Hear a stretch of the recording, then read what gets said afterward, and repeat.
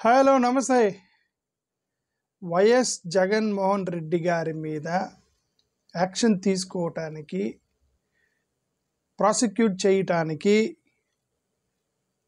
Governor అనుమతి కోరుతున్నారట అని ఒక టీవీ ఛానల్లో వస్తున్నటువంటి న్యూస్. దాని గురించి వీళ్ళు ఏమన్నారు చూద్దాం. కేసులో మాజీ సీఎం జగన్మోహన్ రెడ్డి మెడకు ఉచ్చు బిగిసే అవకాశాలు పూర్తిగా కనిపిస్తా ఉన్నాయి. జగన్ మెడకు ఉచ్చు, అదానీ మెడకు ఉచ్చేయకుండా జగన్ ముడికి ఉచ్చేయండి.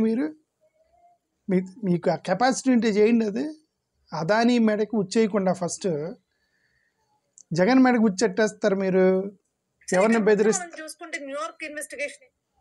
బెదిరిస్తున్నారు చూద్దాం. ఏమంటే న్యాయ సలహా కోరుతూ ముడుపుల కేసులో మాజీ సీఎం జగన్మోహన్ రెడ్డి మెడకు ఉచ్చు బిగిసే అవకాశాలు పూర్తిగా కనిపిస్తా ఉన్నాయి. జగన్ ను ప్రాసిక్యూట్ చేసే అవకాశాలను రాష్ట్ర ప్రభుత్వం పరిశీలిస్తోంది. ఇటీవల సౌర విద్యుత్ మీరు ఎంత పరిశీలించినా అదానిని టచ్ చేయకుండా జగన్ నువ్వు టచ్ చేయలేవు. అదాని నువ్వు టచ్ చేయలేవు. గవర్నమెంట్కి నేను చెప్పేది ఏంటంటే, ఆంధ్రప్రదేశ్ గవర్నమెంట్కి అదానిని మీరు టచ్ చేయలేరు. సో మీరు జగన్ని టచ్ చేయలేరు. Time waste. మీరు ఎంతనే చూసుకోండి. కొనుగోలు ఒప్పందం వ్యవహారంలో America securities and exchange commission అక్కడి కోర్టులో అభియోగాలు కూడా నమోదు చేసిన విషయం తెలిసిందే. అక్కడ జగన్ గారి మీద అభియోగాలు లేవు. వీళ్ళంతా ఇల్లిటరేట్స్. నేను అదే చెప్తుంది. అమెరికా కోర్టులో అభియోగాలు ఒక 7 మీద ఉన్నాయి. 7. ఈ 7 ఎవరంటే అదానీ గ్రూప్కి సంబంధించిన 6, అమెరికా కంపెనీకి సంబంధించిన 1. మొత్తం 7 మీద అభియోగాలు ఉన్నాయి అమెరికా కోర్టులో. ఆ అమెరికా కోర్టును కేసు ఎక్స్ప్లెయిన్ చేస్తూ, కేసుని వివరిస్తూ, ఒక 2 ప్లేసుల్లో సోన్సో వ్యక్తులు ఒక గవర్నమెంట్ అఫీషియల్కి లంచం ఇవ్వడానికి ట్రై చేస్తున్నారు అనేటువంటి కాంటెక్స్ట్లో 2 చోట్ల గవర్నమెంట్ అఫీషియల్ అని రాశాడు. అంతే. జగన్ గారి మీద అభియోగాలు లేవు. జగన్ గారి మీద కానీ ఆంధ్రప్రదేశ్కి సంబంధించిన ఏ వ్యక్తి మీద అభియోగాలు లేవు. అభియోగాలు 7 మీద ఉన్నాయి అమెరికాలో. ఆ 7లో జగన్ గారు లేరు. ఓకే, వీళ్ళెంత గింజుకున్నా సరే ఇది జగన్ దగ్గరికి రావాలంటే, జగన్ గారిని కనీసం మీరు అరెస్ట్ చేయాలన్నా సరే కనీసం 1-2 సార్లు అన్నా మీరు అదానిని మీరు పోలీస్ స్టేషన్కి పిలవాల్సి వచ్చింది. అది మీరు చేయలేరు. బెదిరించడం వేస్ట్ జగన్ గారిని. అమెరికాలో గౌతమ్ అదానీ తదితరులపై కేసు నమోదు కూడా చేశారు. 2021లో ఆంధ్రప్రదేశ్ ప్రభుత్వం 7,000 మెగావాట్ల సౌర విద్యుత్ కొనుగోలు ఒప్పందం చేసుకోవడానికి 1,750 కోట్ల లంచం ఇచ్చారని చార్జ్ షీట్ లో పేర్కొన్నారు. పూర్తిగా జగన్మోహన్ రెడ్డి పేరు కూడా ప్రస్తావించినటువంటి పరిస్థితి కనిపించింది. జగన్మోహన్ రెడ్డి గారి పేరు ఎక్కడ ప్రస్తావించారు స్వామి? మీరు కరెక్ట్గా ఎఫ్ఐఆర్ చదవకుండా 65 పేజీల ఎఫ్ఐఆర్ కరెక్ట్గా నా ల్యాప్టాప్లో ఉంది. మొత్తం చదివాను గంట సేపు కూర్చొని. ఎక్కడ కూడా జగన్మోహన్ రెడ్డి గారి పేరు లేదు. ఒకటే రాశారు, అఫీషియల్ గవర్నమెంట్ అఫీషియల్ 1 అని రాశారు. ఫారెన్ అఫీషియల్ 1 అని రాశారు. ఆ ఫారెన్ అఫీషియల్ క్యాన్ బి ఎవరు అనేది రాశారు. Chief minister, council of ministers, విద్యుత్ సంస్థకు సంబంధించిన ఎంప్లాయీస్, వీళ్ళందరినీ ఫారెన్ అఫీషియల్స్ అంటారని రాశాడు. ఫారెన్ అఫీషియల్ 1 ఇన్ ఆంధ్రప్రదేశ్ అని రాసి ఫారెన్ అఫీషియల్స్ వీళ్ళందరిని అంటారు అని రాశాడు. కానీ జగన్ పేరు ఎక్కడ రాశారు? కనీసం ముఖ్యమంత్రికి ఇచ్చారని కూడా రాయలే ఎఫ్ఐఆర్లో. చూపించండి నాకు ఎఫ్ఐఆర్లో ముఖ్యమంత్రికి ఇచ్చారని. ఓకే, ఇది ఫేక్. ఇదంతా ఈ వ్యవహారంలో అప్పటి ఏపీ సీఎం ఉన్నారని చార్జ్ షీట్ లో నిర్దిష్టంగా ప్రస్తావించిన పరిస్థితి. దీని ఆధారంగా ఇది కూడా లేదు. ఏపీ సీఎం ఉన్నారనేది కూడా లేదు.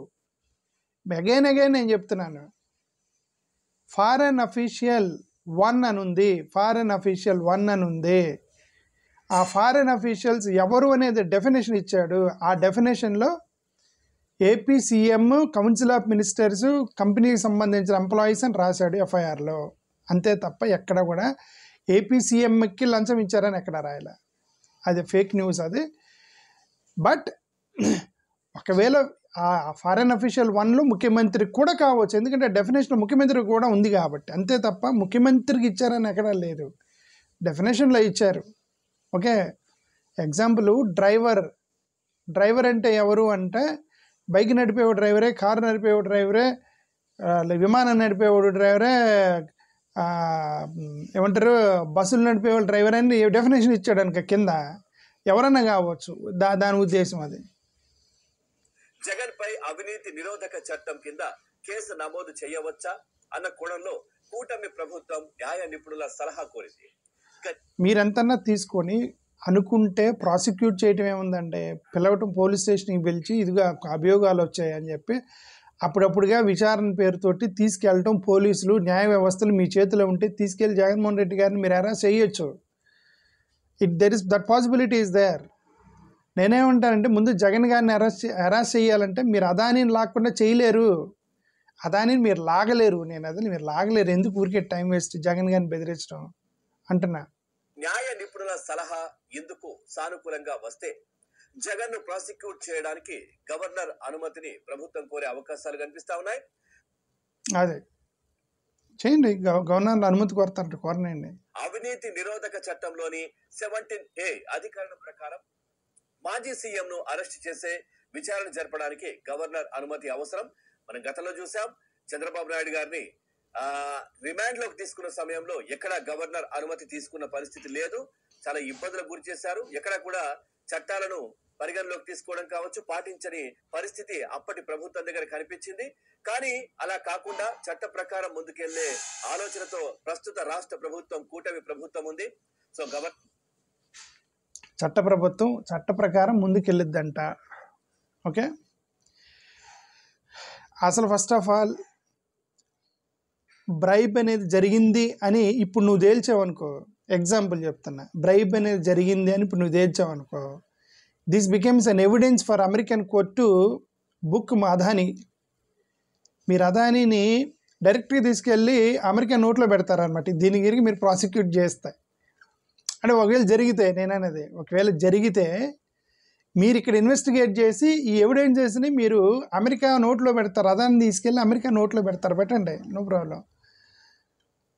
గారి అనుమతి తీసుకొని 17A ప్రకారం జగన్మోహన్ రెడ్డిని విచారిస్తే బాగుంటుంది అనే ఆలోచన కూడా చేస్తున్న పరిస్థితి. ఇక రాష్ట్రాన్ని లూటీ చేసిన వాళ్ళ విషయంలో సానుభూతి చూపించాల్సిన అవసరం లేదని, 100 కోట్ల లంచాలు చేతులు మారాయని అమెరికాలో కేసులు నమోదైన తర్వాత చూస్తూ ఎలా ఊరుకుంటామని, అందుకే న్యాయ సలహా కోరుతున్నామని కూటమి మంత్రులైతే చెప్తున్న పరిస్థితి.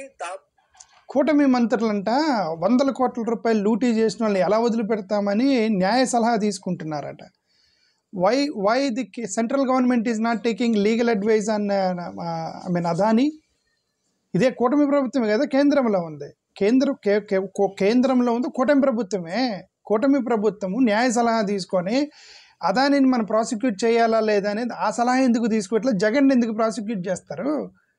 మీరు అదానీని చేయండి ఫస్ట్. అదానీని ప్రాసిక్యూట్ చేసిన తర్వాత కదా మీరు జగన్ ప్రాసిక్యూట్ చేసేది. The major case, big case, 85 పేజీలు 65 పేజీల యొక్క ఎఫ్ఐఆర్ వాళ్ళ మీద కదా, జగన్ మీద కాదు కదా ఉంది. ఓకే, మీరు అది చేయకుండా ఇక్కడ చేసి మేము నీతిమంతులమి, మీరు జగన్ మీద కక్ష తీర్చుకుంటాము, ఎరాసేస్తాము, పగ తీర్చుకుంటాము, మాట్లాడండి. ఇవి ఇంతే కానీ ఈయన ఏదో చేశాడు ఒకటేనండి. మీరు అదానీని టచ్ చేయకుండా జగన్ని టచ్ చేస్తే మాత్రం ఇది కక్ష, రాజకీయ కక్ష, పగ తీర్చుకున్నట్టు లెక్క ఆంధ్రప్రదేశ్ ప్రజల దృష్టిలో. చూద్దాం, అంత దాకా రాలేదు, వచ్చినప్పుడు చూద్దాం. Thank you.